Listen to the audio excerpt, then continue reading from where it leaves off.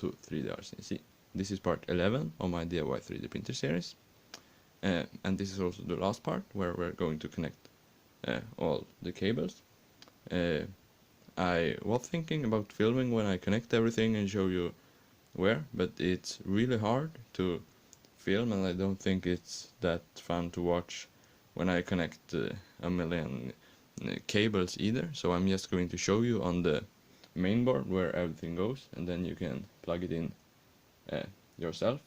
You need to make one of these split connections for the Z-axis to plug them into the same slot, but you can get a crimping tool for that and kit quite cheap, or just solder it.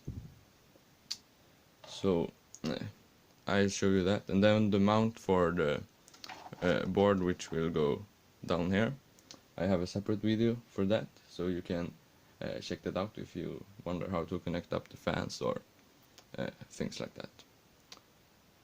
Yeah, I'll take the XKR1.3 and show you where everything goes. So this is the mount. I made a completely separate video how to connect the fans and make all of these things, so I won't show that now. And before I show where everything goes, the firmware for this printer that I'm using are on the Thingiverse listing, so you can download that and modify it or just make your own. I'm not saying that mine is the best, and it just works. I'm not a professional on modeling, but I'm having no problems with it, so if you want to use it, you can do so. This connection for the cooling thread for the mainboard plugs in this slot right here next to the X stepper driver, the Y, the C, and the E. I'm using TMC 2209s for X and Y, and A4988 for the C and extruder.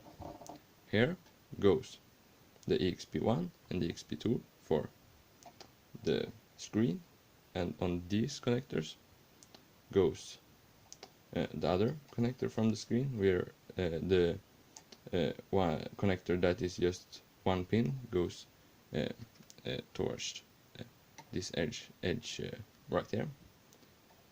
Here you have the thermistor for the hot end and the bed, and then this is the limit switch for the Z-axis, and it's using the two furthest that way because it's not powered. We're not using any switches on X and Y because we have TMC 2209s, but because of that you need to put a jumper on the two slots right here, so you enable sensorless homing, as well as two jumpers on these two red headers right here for the two TMC drivers. Then the servo goes on these three here where it says servo, and you need to look on the bottom right here to see where the signal, ground, and 5 volts is, because they are in another order than on the servo, so you might have to shift those before you plug that in. Then here is the part cooling fan in this connector right there. Then we have the bed heater, the input voltage, and then the hot end right here. And that's pretty much all of the connections, and this is probably as good as if I plugged in all of the wires, because yeah, that would just be messy. And then to install the firmware, you just put it on the SD card and then put that into right here, and then when it boots up, it automatically flashes the firmware. So that's all I have to say about this, and yeah, for this assembly series as well. So I might show some pictures of how it looks under when I've connected all of the wires. But that's it. Thanks for watching, and I hope you like this build, because it was a lot of fun, and I think it turned out great.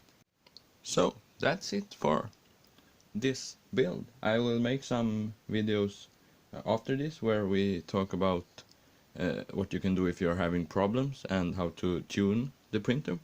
But this is the last assembly video, so thanks for watching these, and yeah, we'll see what I come up with for new projects in the future.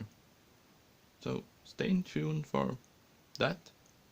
Thanks for watching, and I'll see you in the next one. Bye.